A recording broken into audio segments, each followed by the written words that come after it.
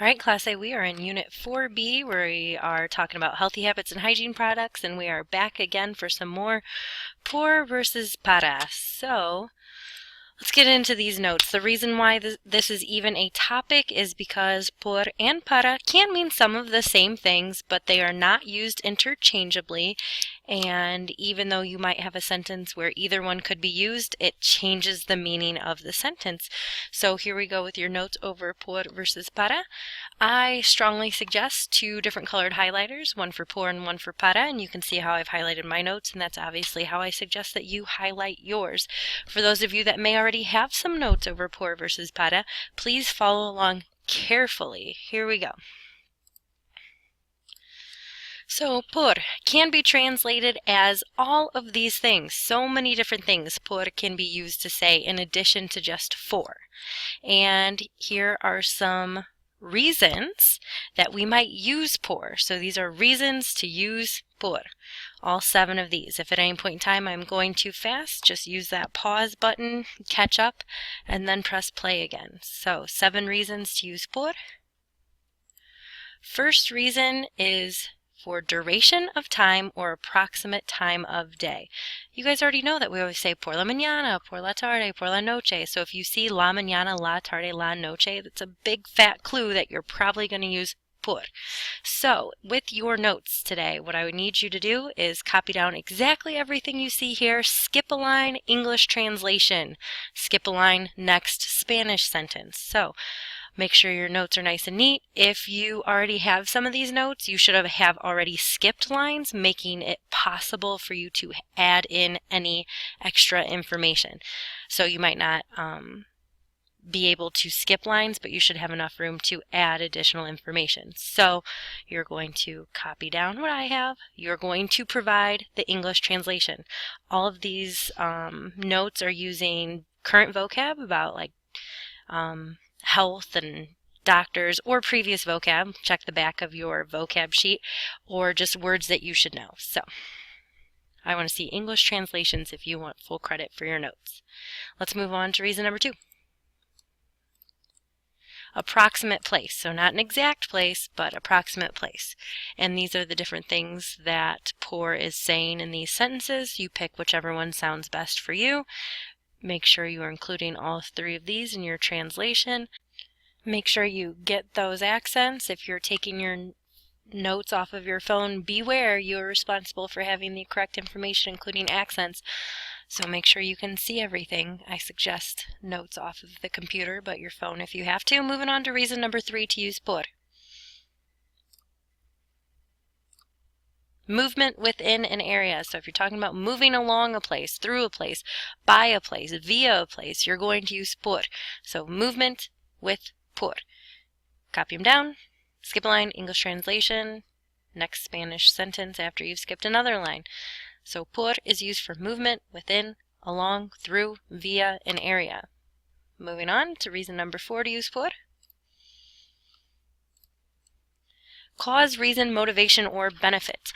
The very best way that you can learn the reasons to use por versus para are these example sentences. They are so important because if you see another sentence that's similar to one of your example sentences, you know which preposition to use.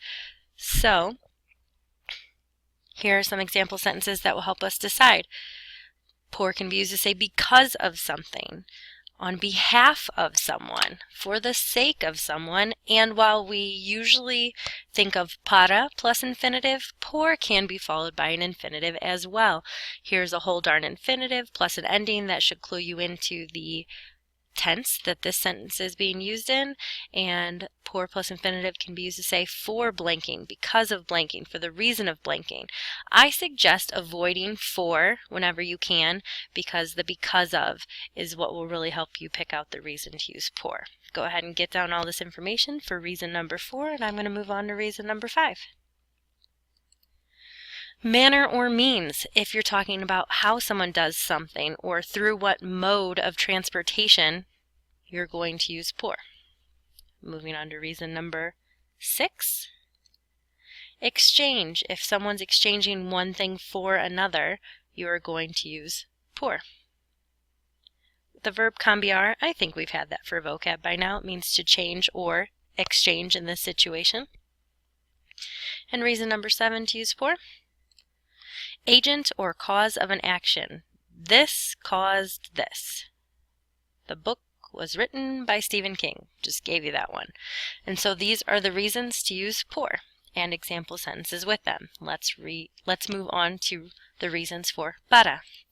So para is used to say for, to, by, in order to. Many less things than all of the things that por is used to say. And we have 4 reasons to use para.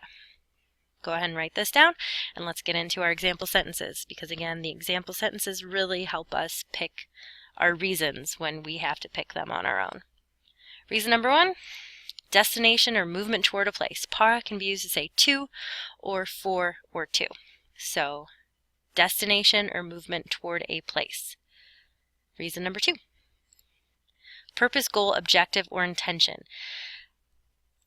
Students often confuse these with the cause, motivation, or benefit. So again, these example sentences are really going to help you decide which preposition you want to use.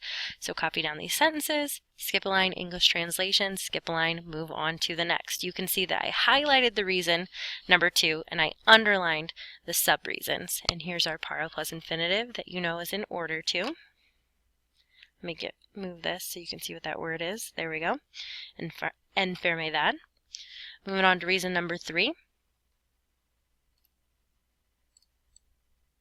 A point of view or opinion. Because por and para are prepositions, you cannot follow them by yo or to. If you recall back from when we first discussed objects of prepositions with gustar, you don't have to copy all this down, you have this in other notes, but these are objects of prepositions. You can't a yo, you can't a tu, you have to a mi, a ti.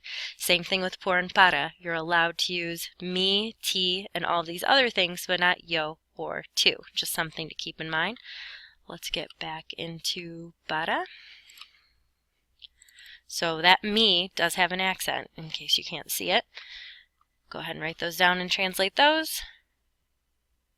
If you have to, you might have to Google Translate a word or two here or there, but you shouldn't have to type in whole sentences. You guys can do this. Moving on to reason number 4, a point of reference or comparison. And these 3 sentences will end the notes for us. So when you come in with these notes, you should have all of the English translations and you will get full credit. These notes were quite a bit, so the credit will be double for these. You will be rewarded for your hard work. Thank you for taking your por para notes, and the sooner you start quizzing yourself on these sentences, the better off you will be. You should grab a partner and you should have someone tell you a sentence in English and see if you can decide if it's por or para, or give you a reason like point of reference or comparison and see if you can tell them por or para. We will be doing that in class, but you can get a jump start if you remember this being difficult for you and you want to make sure you do well on the next quiz.